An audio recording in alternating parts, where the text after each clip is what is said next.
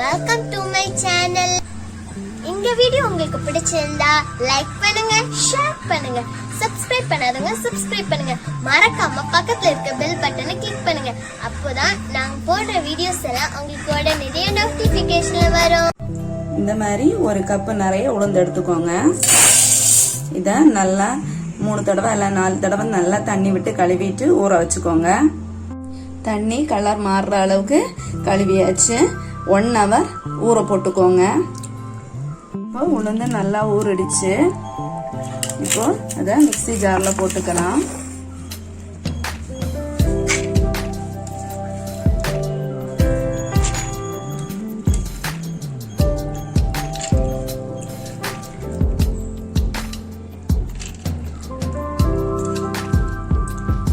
இப்போ இதை அரைச்சிட்டு வரலாம். ஒரு தடவை மிக்சியில் அடிச்ச பிறகு இந்த மாதிரி கொஞ்சம் குறைன்னு தான் இருக்கு, கொஞ்சம் தான் அரைஞ்சிருக்கு.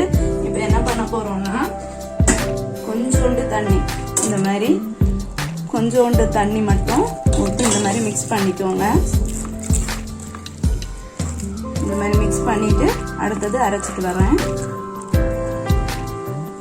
இந்த மாதிரி கிரீமி டெக்ஸ்டர் வர்ற அளவுக்கு வந்து நல்லா அரைச்சிக்கோங்க.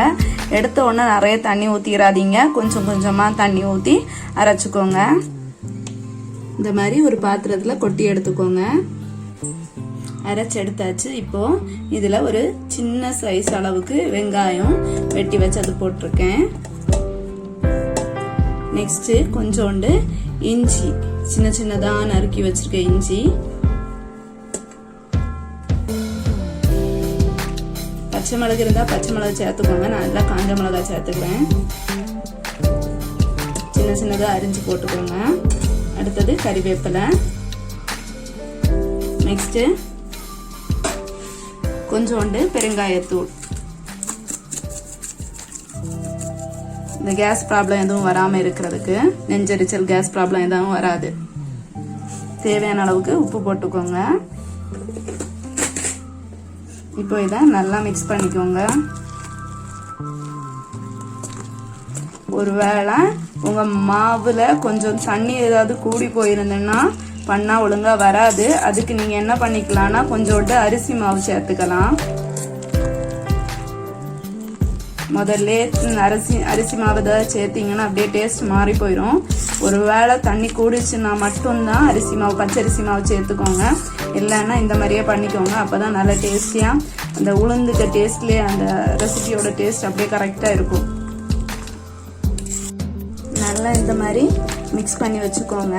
பார்க்குறதுக்கே நல்ல பஃபியாக இருக்கணும், அந்த அளவுக்கு நல்லா மிக்ஸ் பண்ணி வச்சுக்கோங்க.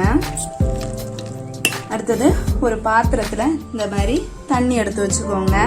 இது எதுக்குன்னு நெக்ஸ்ட் பார்த்துக்கலாம். இந்த மாதிரி எண்ணெய் ஊற்றி காய வச்சுக்கோங்க. இப்போ எண்ணெய் காஞ்சிச்சு. மீடியம் ஃப்ளேமில் வச்சுக்கோங்க, ரொம்ப கம்மி பண்ணி வைக்காதீங்க. இப்போ இந்த தண்ணியில இந்த மாதிரி இடது கையை இந்த மாதிரி டிப் பண்ணிக்கோங்க. அதே மாதிரி வலது கையையும் இந்த மாதிரி டிப் பண்ணிக்கோங்க. பண்ணிட்டு இந்த மாவை இப்படி எடுத்துக்கோங்க. இந்த அளவுக்கு மாவு இந்த மாதிரி எடுத்துட்டு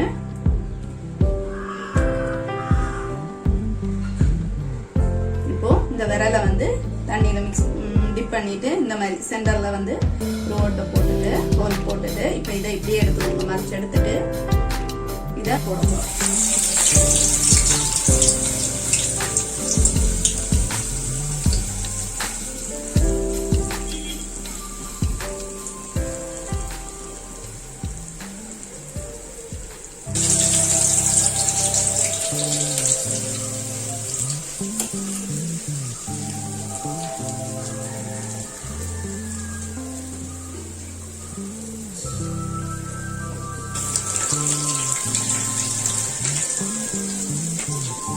மாவு அரைச்ச உடனே செய்யணும். ஃப்ரிட்ஜில் வச்சுட்டு பிறகு செய்யலானோ இல்லை கொஞ்சம் லேட் ஆகி செய்யலானோ செய்யக்கூடாது.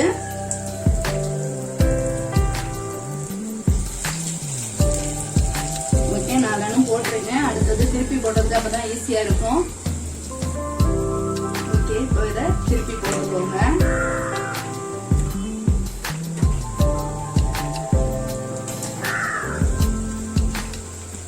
கோல்டன் ப்ரௌன் ஆகிற வரைக்கும் தான் போட்டுக்கணும். ரொம்ப கரியிற மாதிரி வச்சு எடுத்துக்காதீங்க. பபிள்ஸ் வருதுல்ல, அது வெந்த பாருங்க என்னன்னா பபிள்ஸ் கம்மி ஆயிரும்.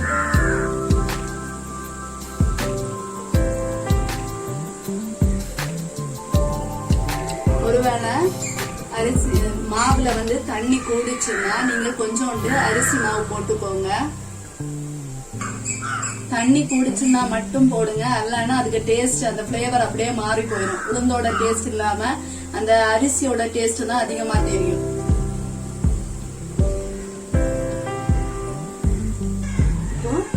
இப்போ வெந்துடுச்சு, எடுத்துக்கோங்க.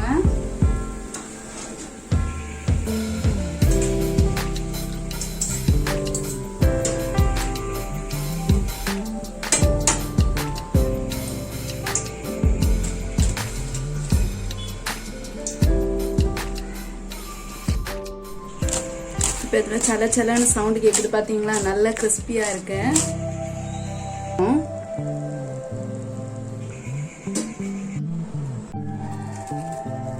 நல்ல மொறுமொறுன்னு கிறிஸ்பியான உளுந்து வடை ரெடி. இப்படி சாப்பிட்டீங்கன்னா கடையில் போய் வாங்கி சாப்பிட மாட்டீங்க, வீட்டிலேயே செஞ்சு சாப்பிடுவீங்க. Okay friends, thank you.